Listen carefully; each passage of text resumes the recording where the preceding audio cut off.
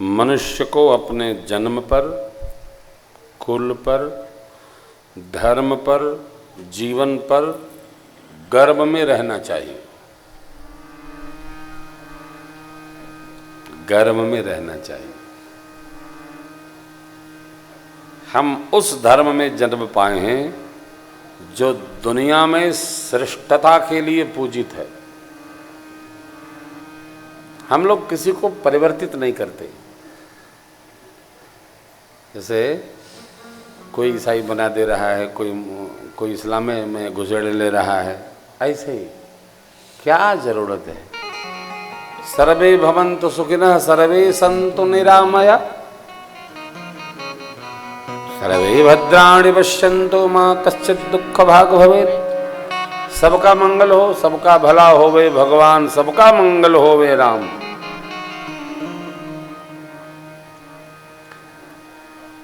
ये प्रमाण है कि सनातन संस्कृति को, हिंदू संस्कृति को, वैश्विक संस्कृति को पढ़कर जो निंदा करने के लिए भी आए दुनिया से, वो पढ़ने के बाद सनातनी हो गए।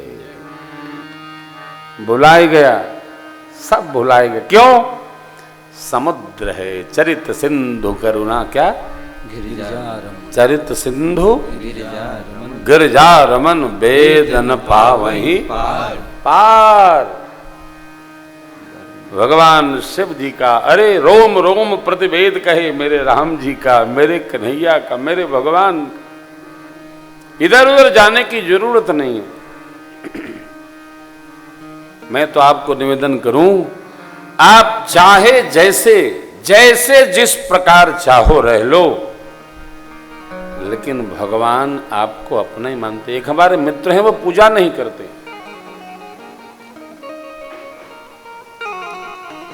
एक दिन मेरे से उन्होंने पूछा कि आप पूजन करते हैं? मैं नहीं करता हूं, 20 वर्ष के साथ है, आपने कभी पूछा नहीं?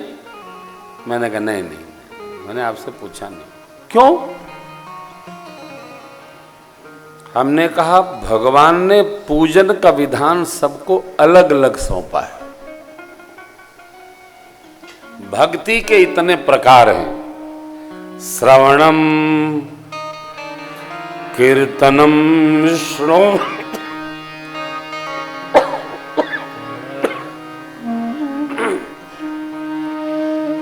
श्रवणम कीर्तनम विष्णु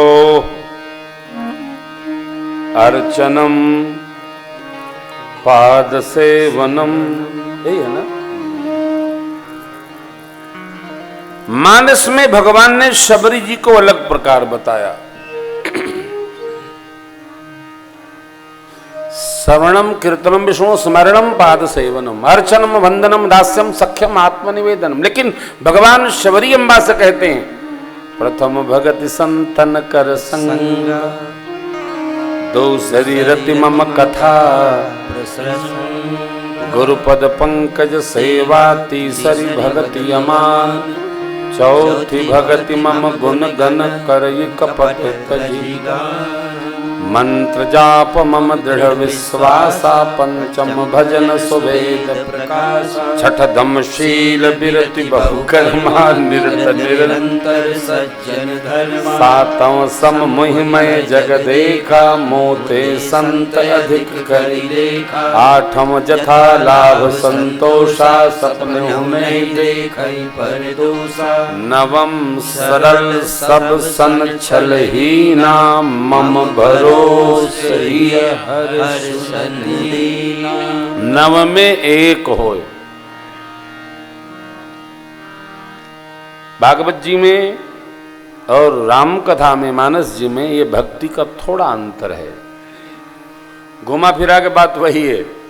श्रवणम कीर्तनम विष्णु स्मरणम पाद सेवनम अर्चनम पूजनम वंदनम, भगवान को सुनाना, दास्यम हम भगवान के हैं, भगवान हमारे स्वामी हैं, सख्यम हम सखा हैं सरकार के, सखा हम उनके, वो हमारे सखा, आत्मनिवेदनम तन मन धन जो भी है सब कुछ है तेरा।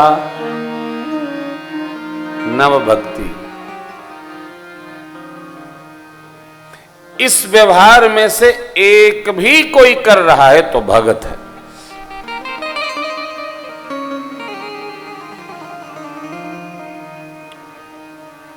मेरे सखा ने कहा कि मैं समझा नहीं। मैंने कहा आपको भगवान की याद आती है? बोले आती है। तो लिखा तो है स्मरणम, याद आती है। स्मरणम, ध्यान रखिएगा, जिसको प्रेम हो, जिससे उसकी याद आवे न आवे, लेकिन जिससे झगड़ा हो जाता उसकी याद जाती नहीं है। वो घूमते ही रहता है 24 घंटा। तो क्या करे, राम जी से झगड़ा कर ले, ये अपने हाथ में नहीं, अपने बस में नहीं। यहां एक सूत्र निवेदन करता हूं। मैं अपने से आपको जोड़ता हूं। ये जो मेरे साथी लोग हैं ना, इनका हमारा कभी झगड़ा नहीं होता। 30 वर्ष होने जा रहे हैं। क्यों नहीं होता? क्योंकि हम भी जानते हैं कि इनके बिना मेरा काम नहीं चलना, ये भी जानते हैं अब इनके पास हैं तो अब 50 के बाद हम जाएंगे कहाँ। तो जिसके बिना जिसका काम नहीं चलता है और जिसको जिसके साथ रहना ही होता है, उससे कभी तनाव भी हो तो उसको झगड़ा नहीं कहते हैं, उसका नाम है राम रगड़ा। क्या नाम है? ये राम रगड़ा क्या है? अब कई लोग इसी टेंशन में रहते हैं, साहब क्या बताऊं, हमारी धर्म पत्नी से पटती नहीं है। बहुएं भी कहती हैं हमारा स्वामी ऐसा खोखटी है, इसके साथ तो रहने लगा। बहुएं कहती हैं मेरे जैसा है कि तेरे साथ आ रहा है, दूसरी होती तब तक चली गई होती।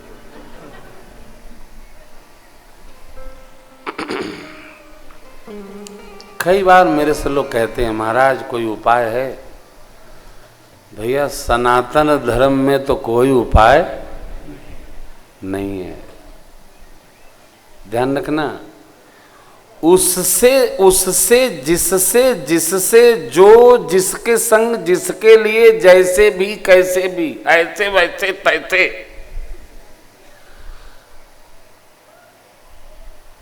सनातन धर्म में भगवान ने जन्म दे दिया है ना, तो ये राम रगड़ा ऐसे ही चलता रहेगा। मैं कोयम्बटूर में कथा कर रहा था, 9 वर्ष पहले की बात है। तो हमारे आयोजक बड़े ही अच्छे थे। कोई प्रसंग आ गया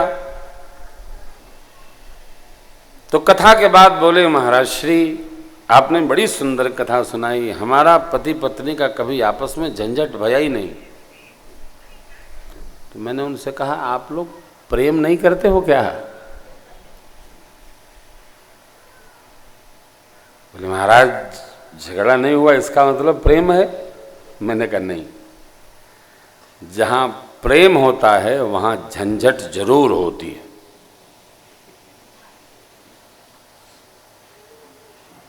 आप कहेंगे कैसे?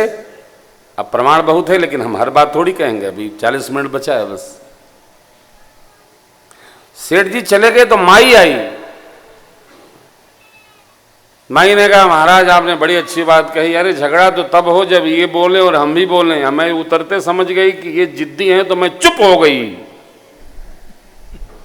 और इनके साथ रहना ही है तो मैं चुप हो गई। मैं कुछ बोलती नहीं हूं, इनका जो मन करता करते हैं, मैं केवल हां करती हूं। जानते हैं ऐसे में आदमी डिप्रेशन का शिकार होता है। बोलने दो, रोको किसी को नहीं, सबको बोलने दो। चाहे मुंबई हो सबको बोलने दो, लखनऊ हो सबको बोलने दो, पटना है सबको बोलने दो, जयपुर हो सबको बोलने दो, चुप किसी को नहीं होने दो। सब बोलें, क्योंकि राजा जब बोलता है तो प्रजा अच्छा मानती है। राजा चुप अच्छा नहीं। और ध्यान रखना, परिवार में कोई भी न बोले अच्छी बात नहीं है। बच्चे भी बोलते अच्छे लगते हैं, गूंगा आदमी अच्छा नहीं लगता। बोलना चाहिए। न बोलने के भी नुकसान हैं, बहुत बोलने के भी। अति का भला न बरसना, अति की भली न धूप, अति का भला न बोलना, अति की भली न चूप। हमारी कथा के एक बड़े अच्छे प्रेमी थे, श्रीमान परमानंद आहूजा साहब। तो वो जब ऑफिस से 10 बजे घर जाते थे तो मौन हो जाते थे, प्रातः काल 10 बजे तक मौन रहते थे। तो हमसे एक दिन बोले कि महाराज जी आप घर में मौन रहा करिए। हमने कहा लाभ क्या है इसका, कुछ पूछें बहू जी तो क्या बताएंगे? बोले लाभ ये है कि घर आओ तो मौन हो जाओ, ऑफिस जाओ तो बोलने लगो। 10 बजे रात को ऑफिस से आते थे और 10 बजे सुबह ऑफिस जाते थे, तब तक वो मौन रहते थे। काहे? न बोलेंगे न बवाल में पड़ेंगे। ये कोई अच्छा मार्ग नहीं है। अब वो परम धाम चले गए, केवट जी अपनी बात भगवान से कह रहे हैं, शबरी अम्बा अपनी बात भगवान से कह रही हैं, सुग्रीव जी अपनी बात भगवान से कह रहे हैं, बाली अपनी बात भगवान से कह रहे हैं। सबको बोलने दीजिए। इतना न अहम हो कि केवल हम ही बोलेंगे, शेष चुप रहेंगे। न साहब, ये ढंग अच्छा नहीं, ये तरीका नेक नहीं है।